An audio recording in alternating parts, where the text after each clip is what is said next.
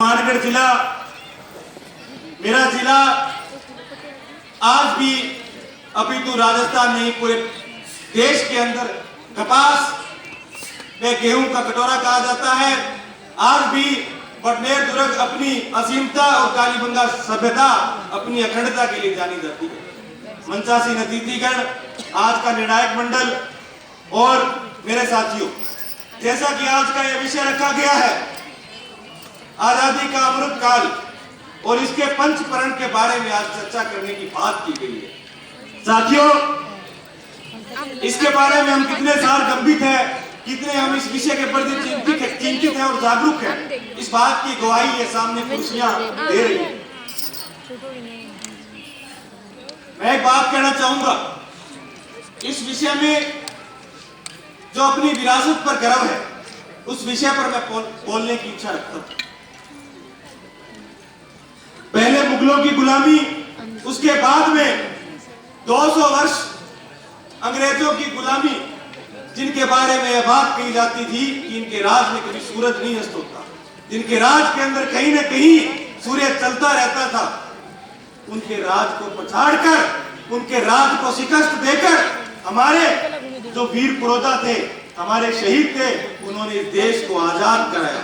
आजाद भारत का सपना देखना भी उसमें गुनाह था, परंतु उन्होंने आजाद भारत का सपना देखा और उस सपने को सच करके दुनिया के सामने दिया।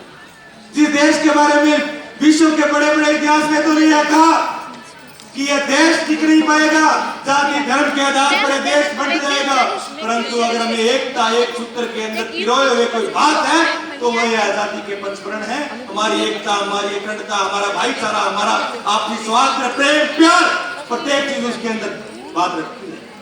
साथियों, मैं एक बात कहना चाहूंगा, मुझे आज स्वामी विवेकानंद जी की एक बात याद आ रही है अपनी विरासत में।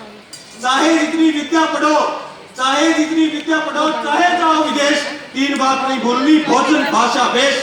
जो व्यक्ति अपने मूल विचारों से, अपनी मूल संस्कृति से, अपने मूल परिधान से जुड़ा रहा, उसे अभी तो ये विश्व क्या है, देश का पूरे विश्व की कोई ताकत पीछे नहीं बिगाड़ सकती। इस बात में भी कोई गुरेज नहीं है साथ। और अगर बात की जाए हमारे विरासत की, बात की जाए हमारे गए हुए समय की, बात की जाए हमारी विरासत की, तो हमारी विरासत तो पूरे विश्व ने देखी है।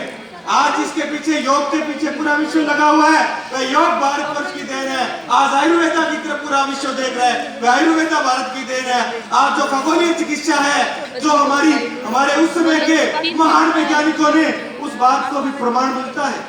और सभी मेरे से पूर्व वक्ता आज इस कार्यक्रम के अंदर जिस चंदा मामा को हम छत पर बैठकर देखते थे, उस चंदा मामा पर जाकर भी हमारे देश ने कदम रखे हैं, हमारे चंद्रयान ने रखे हैं, उसकी बात कर रहे थे। उस बात का जिक्र तो हमारी रामायण के अंदर भी था। उस तरीके के अश्वत्थामा तो हमारी रामायण के समय, हमारी महाभारत के समय, आप हमारे वेदों, पुरानी ग्रंथों के अंदर भी खोल कर देख सकते हो। वह उस समय भी था।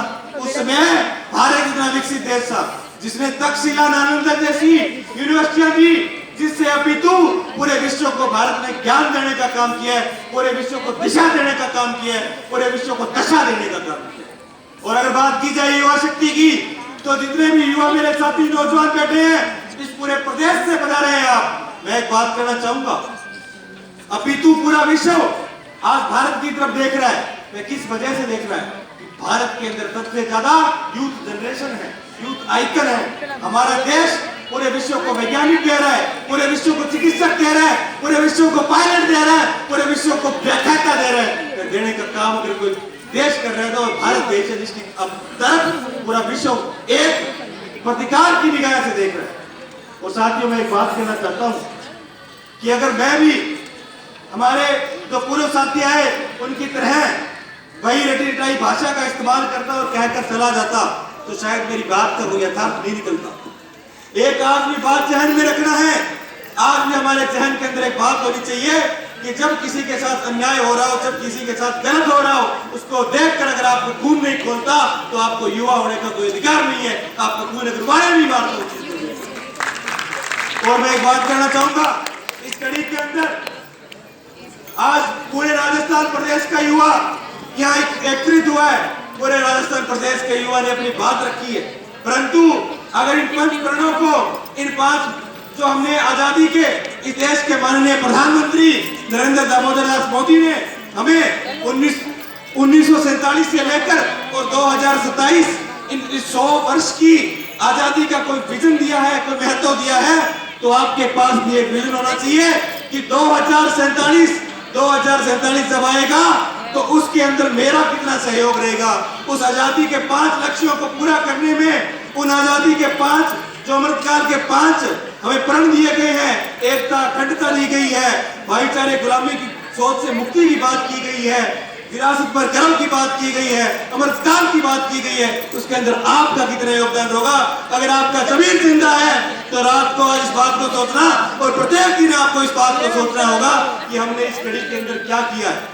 यहाँ पर आके आदर्शवादी बातें करने और उन आदर्शवादी बातों की प्रासंगिकता अगर जाहिर न हो तो मेरे हिसाब से उन बातों का कोई यथार्थ नहीं रह जाता।